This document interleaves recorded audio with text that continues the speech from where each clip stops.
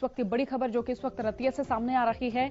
अखिल भारतीय खेत मजदूर यूनियन का प्रशिक्षण शिविर आयोजित करवाया जाएगा और प्रशिक्षण शिविर में फिलहाल 15 गांव के मजदूर पहुंचे हैं। अपनी मांगों को लेकर खेत मजदूरों पर चर्चा की गई है। लॉकडाउन के दौरान मजदूर परिवार के लिए आर्थिक सहयोग की मांग की गई है और मनरेगा के तहत 250 दिन काम दे सरकार, ये भी मजदूरों की ओर से मांग की गई है। एक महीने में एक सदस्य को 10 किलो अनाज भी दिया जाए, ये भी मांग मजदूरों की ओर से की गई है।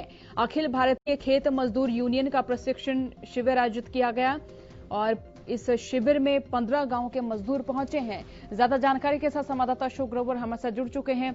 अशोक, ये शिविर आयोजित करवाया गया, क्या ज्यादा जानकारी है? किन किन मांगों को लेकर मजदूर यहां पर इकट्ठा हुए, एकत्र हुए? देखिए, मैं बता दूं कि ये अखिल भारतीय खेत मजदूर यूनियन की बैठक है। उसमें ये कई गांव के मजदूर शामिल हुए हैं और इस शिविर में काफी चर्चा की गई लॉकडाउन के दौरान। उसके बाद इन्होंने अपनी मांगे रखी हैं। जो राज्य सचिव है अखिल भारतीय खेत मजदूर यूनियन के, वो यहाँ पहुंचे थे, राजकुमार बेबलपुरिया।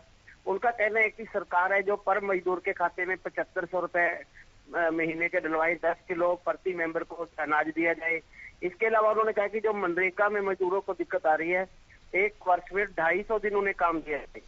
ऐसी कई मांगे हैं। 10 किलो अनाज की मांग की है पर सदस्य को। ऐसी मांगों को लेकर उन्होंने एक ज्ञापन भी बनाया है जो कि मुख्यमंत्री भेज रहे हैं। जी जी।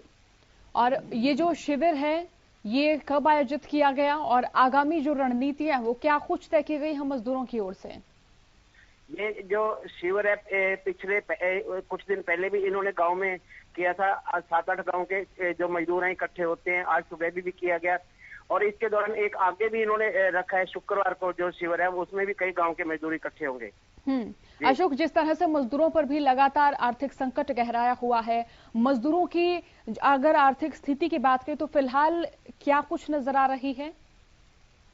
देखिए, मजदूरों के जो लॉकडाउन हुआ है इतने टाइम में, उसमें सुविधाएं बहुत कम मिली हैं। जिसको लेकर इन मजदूरों को काम न मिलना, घर से बाहर न निकलना, उसको लेकर जो रोजी रोटी का संकट है वो गहराया हुआ है। इसमें कोई दो राय नहीं है और मजदूर आए दिन ऐसी मांगों को लेकर प्रदर्शन करते हैं। मैं आपको बता दूं कि अभी पिछले दिनों 3 दिन पहले जो निजी स्कूल वैन के जो ड्राइवर हैं उन्होंने भी एक ज्ञापन मुख्यमंत्री को सौंपा था। उन्होंने कहा कि लॉकडाउन के दौरान वह भुखमरी के कगार पर पहुंच चुके हैं, उनकी आर्थिक मदद की जाए और जो टैक्स है उनकी वैनों पे वो भी माफ की जाए। जी अशोक, क्या इनकी मांगों को माना गया? किसी तरह का आश्वासन स्थानीय प्रशासन की ओर से या फिर सरकार की ओर से इनको दिया गया? देखिए, ये जो ज्ञापन है ये अभी एसडीएम को सौंपेंगे।